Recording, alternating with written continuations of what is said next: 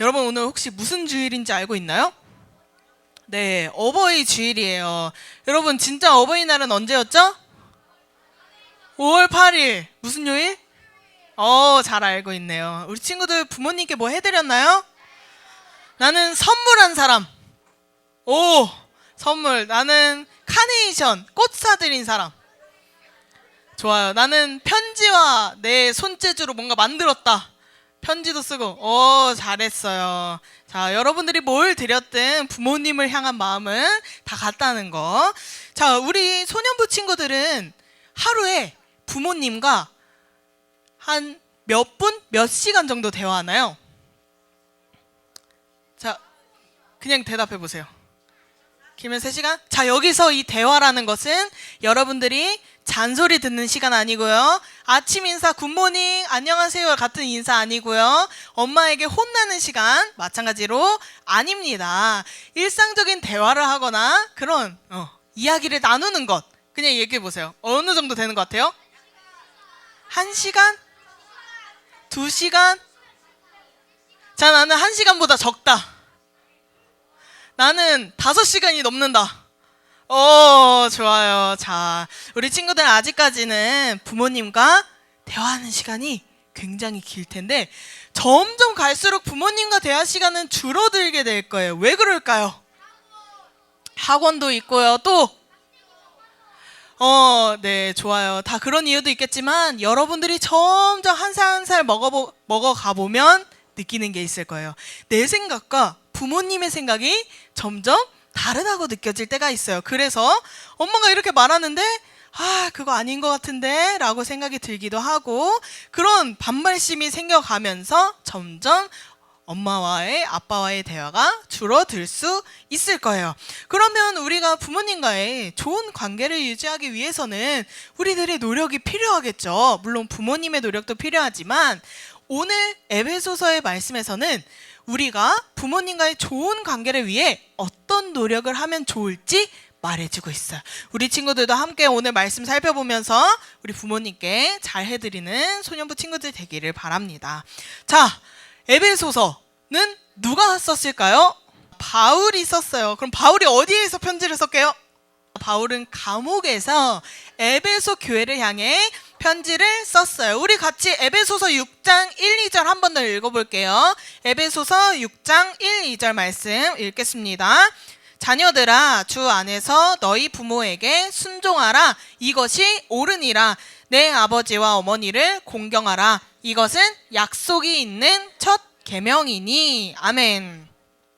바울은 에베소 교회의 편지 중 부모님을 대하는 올바른 자세에 대해 이야기하고 있어요. 자, 그럼 자녀들 어떻게 해야 된다고요? 부모님께 순종하라고 하고 있어요. 여러분, 씨앗이 자라기 위해서는 어떤 것들이 필요한지 알아요? 물과 땅과 햇살과 적당한 온도와 여러 가지가 필요하죠. 흙과 물과 햇빛 이런 것들이 필요하고 잘 돌봐주는 것들이 필요해요. 그런 것처럼 자녀들인 우리도 먹을 것, 입을 것 그런 돌봄들이 필요해요. 부모님의 돌봄 없이는 우리가 스스로 자라나지 못해요. 그래서 우리를 양육하고 보살펴 주시는 부모님을 의지하고 순종해야 돼요. 순종이라는 말 어떤 뜻인지 아는 사람? 믿고 따르는 거. 네, 좋습니다. 자, 순종이란 말은 여러분들이 말한 거 다 맞습니다. 순순히 따르다 또는 복종하다라는 의미를 가지고 있어요. 그래서 이 순종은 듣는 것도 중요하지만 내가 들은 대로 행동하는 것도 굉장히 중요해요. 듣기만 해서 되는 것이 아니라는 것을 알 수 있죠. 반드시 행동이 따라야 순종이라고 할 수 있어요. 그런데 바울은 단순하게 순종하라고 이야기하지 않아요. 그럼 어떻게 순종하라고 말하죠? 어떻게? 주 안에서 순종하라고 이야기해요. 주 안에서라는 표현은 주 예수 안에서라는 의미로 예수님과 관련이 있는 거예요. 여러분, 부모와 자녀는 어떻게 생기게 되었을까요? 어떻게 만났을까요? 네, 부모님이 낳았기 때문에 만났죠. 그런데 부모님이 우리를 낳아주시기도 하셨지만 훨씬 그 이전에 하나님께서 이 질서를 만드셨어요. 부모님을 만난 것도 우리가 태어난 것도 모두 하나님께서 계획하신 일이에요. 부모님께 순종하는 것은 우리가 예수님을 믿는다면 마땅히 해야 하는 일이에요. 왜냐하면 그것이 하나님 보시기에 옳은 일이기 때문이죠. 그렇기에 우리는 부모님 말씀에 순종하되 어떤 모습으로요? 주 안에서, 예수님 안에서 순종해야 한다고 말해요. 저 그러면 그냥 순종하는 것과 주 안에서 순종하는 것은 어떤 차이가 있을까요? 어떤 차이가 있을까요? 우리 친구들 생각하기에 부모님에게 효도하는 사람 하면 뭐가 떠올라요? 우리가 말은 안 해도 다 알고 있을 거예요. 어떤 일이든 가장 먼저 부모님을 생각한다든지, 또 모든 일에 있어서 부모님께 다 여쭤보는 사람이 될 수도 있고, 또 부모님이 원하는 대로 살아가는 사람이 될 수도 있어요. 근데 여러분들이 전도사님 하는 말에 다 동의할까요? 그렇지 않아요. 각자가 생각하는 효도하는 사람의 모습도 다르고, 심지어는 부모님이 원하시는 효도의 모습도 내가 생각하는 것과 다를 수 있어요. 그러면 내가 분명 부모님께 말씀을 순종한다고 열심히 했는데 부모님은 순종한다고 생각하지 않으셨어요. 그럼 우리는 어떻게 순종해야 될까요? 우리는 어떤 기준으로 순종해야 할지 바로 여기에 답이 있는 거예요. 주 안에서 순종하라. 다른 것들이 기준이 되지 않고 나를 사랑하시는 하나님의 기준에서 부모님께 순종하라는 말씀을 하고 계신 거예요. 그러면 여러분들이 이런 거 궁금해야 돼요. 왜 우리의 기준은 안 될까요? 자, 이거 맞추는 반에게는 특별 이드림이 더 있습니다. 왜 우리의 기준으로 순종하면 안 될까요? 우리의 기준은 왜 안 되냐? 우리 마음에 죄가 있기 때문이에요. 우리는 이미 마음속에 죄가 있어서 모든 질서를 깨뜨리는 역할밖에 못해요. 부모님과 싸워본 적 있어요? 없는 친구들은 옆 친구가 싸워본 적 있다고 했으니까 한번 나중에 들어보세요. 부모님과 우리가 싸우게 되고 대들게 되고 부모님 말씀이 나에게 이해되지 않는 그런 모든 마음들 하나님께서 주셨을까요? 아니에요. 하나님은 서로 사랑하고 아끼고 존중하고 배려하고 이런 마음들을 주셨는데 우리 마음에는 죄가 있기 때문에 그런 마음들이 생기는 거예요. 하나님이 주시는 마음이 아닌 거죠. 부모님이 잘못된 말을 할 때에도 마찬가지예요. 우리 스스로는 이 관계를 회복할 수 없어요. 오직 예수님의 사랑이 우리 안에 가득할 때만 우리가 제대로 순종할 수 있게 되는 거예요. 하나님은 이 질서를 만드시면서 우리 친구들이 가정 안에서 부모님에게 순종하되 예수님의 기준으로 순종하기를 기대하고 계신 거예요. 그런데 여러분들, 우리가 살다 보면 순종하기 어려운 상황들이 많죠. 내가 생각해도 부모님 말이 틀린 것 같거나 이럴 때는 어떻게 해야 될까요? 성경에서 등장하는 이 순종이라는 단어의 또 다른 뜻은 복종이란 뜻과 같이 아래에서 듣는다라는 의미가 있어요. 이 복종이라는 단어는 어떤 사람이 어떤 사람에게 하는 건가요? 아랫사람이 윗사람에게 하는 게 복종이라고 해요. 낮은 자리에 있는 사람이 윗사람에게, 종이 주인에게 하는 게 복종이에요. 마치 이런 것과 같이 우리도 부모님 말씀에 따라야 한다고 하고 있어요. 비록 내가 내 생각에는 틀린 것 같고 내 기준에는 듣지 않아도 될 것 같지만 꼭 들어야 한다고 말해요. 그럼 왜 이렇게까지 해야 될까요? 내가 생각하기에 틀린 것 같은데 왜 이렇게까지 하나? 이것 또한 이렇게 생각해보면 이해될 수 있어요. 여러분들이 부모님을 만나게 된 것, 그거 누구 때문이라고 했죠?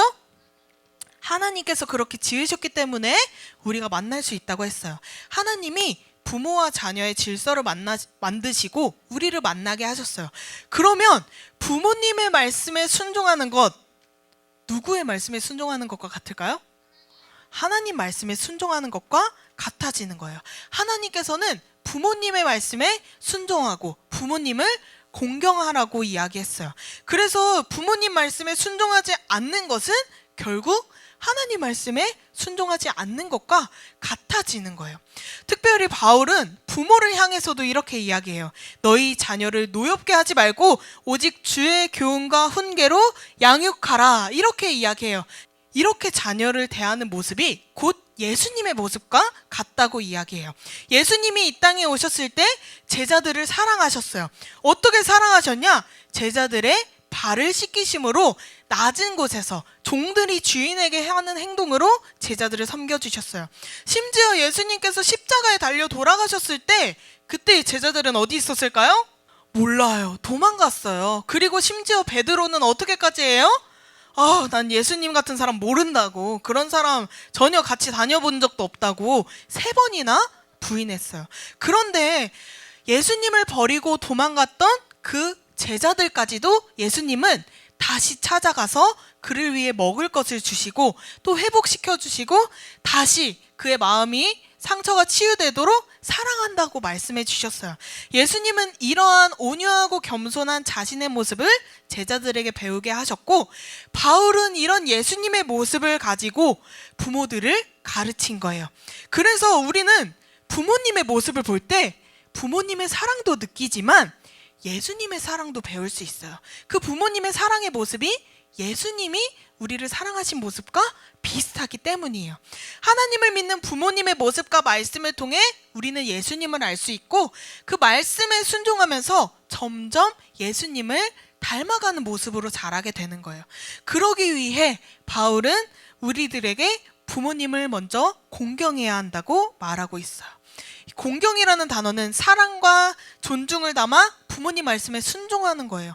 그리고 이것은 하나님 말씀이 담긴 10계명에도 기록되어 있어요. 몇 계명에 기록되어 있게요?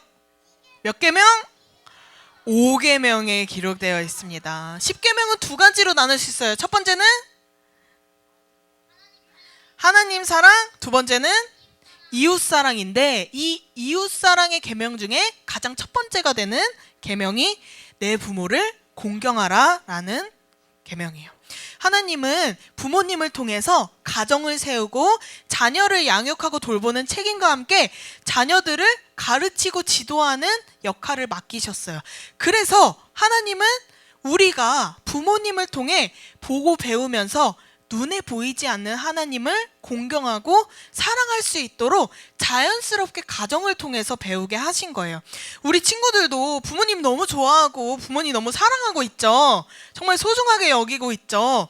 그런데 우린 때로는 부모님께 짜증을 내기도 하고 화를 내기도 하는 등 안 좋은 감정을 표현할 때도 있어요.